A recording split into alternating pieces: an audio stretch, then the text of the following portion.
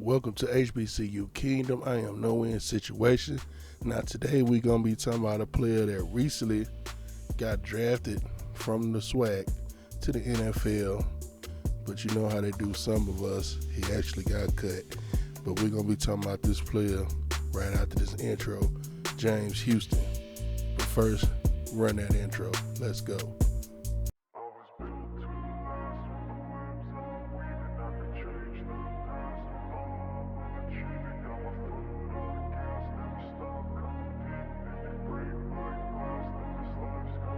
I wanna be the best in the game, invest in my name, check no restraints, I'm obsessed with the pain, I ingest, I retain, assess and I change, possessed by the thought I'll be free one day from society's restraints, money, clout and fame, mud, disease, a plague, we all love to hate, have to play the game, have to make a name, all our insecurities are on display. This is war with the enemy, think that it was meant to be, living in a time where disease is on every screen, I won't let them fester me, I know most are festering, negativity is a plague for the mentally weak, no mercy. Yeah, man, so we got James Houston, born in Florida, Plantation, Florida.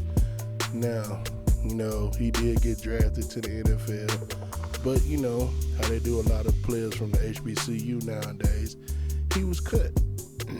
And he's a great player, so I don't know why he was cut. But we're going to talk about him a little bit, Like I said, he was born in Plantation, Florida. Now, he went to Florida for 3 seasons, and he left Florida, came to Jackson State for 1 season, which was 2021 season. Now, y'all know I got his highlights from Florida. Now, I actually have highlights from Jackson State and a little bit from the preseason with the Detroit Lions this year. So you guys stick around and, watch some of the James Houston highlights. Ooh, look at that hit. So, he went to American Heritage High School.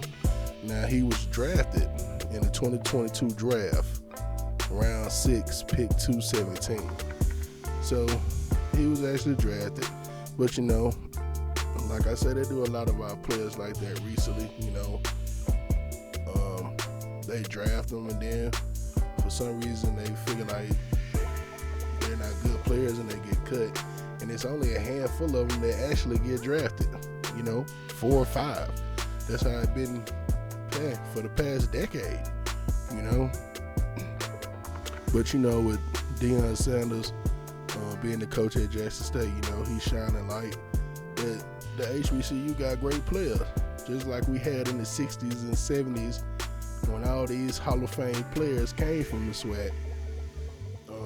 We still had those kind of players, But, for some reason, we're not on the even playing field with the Power 5 conferences, especially with the alumni, how they get back to their schools and show support and love and their facilities, and they all on national TV. Like, it's a whole bunch of things that go on with that.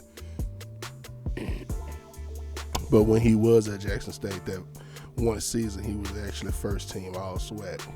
So he was a great player at Jackson State for his 1 season.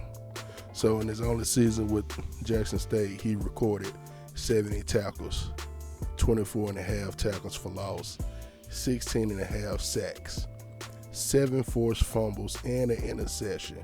That's why he made all SWAC defense. Listen at them numbers,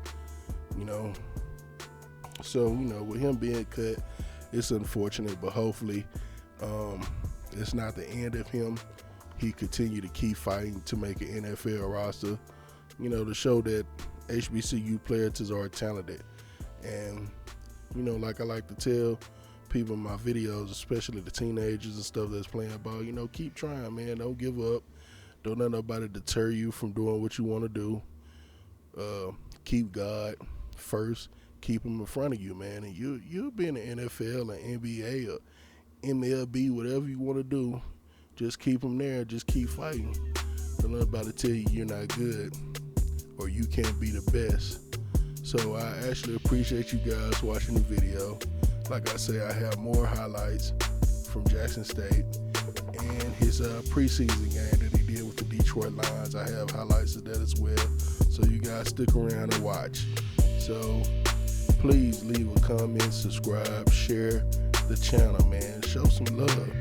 If there's any other player you guys want me to do, leave a comment on my channel and let me know, and I got you guys. Till next time.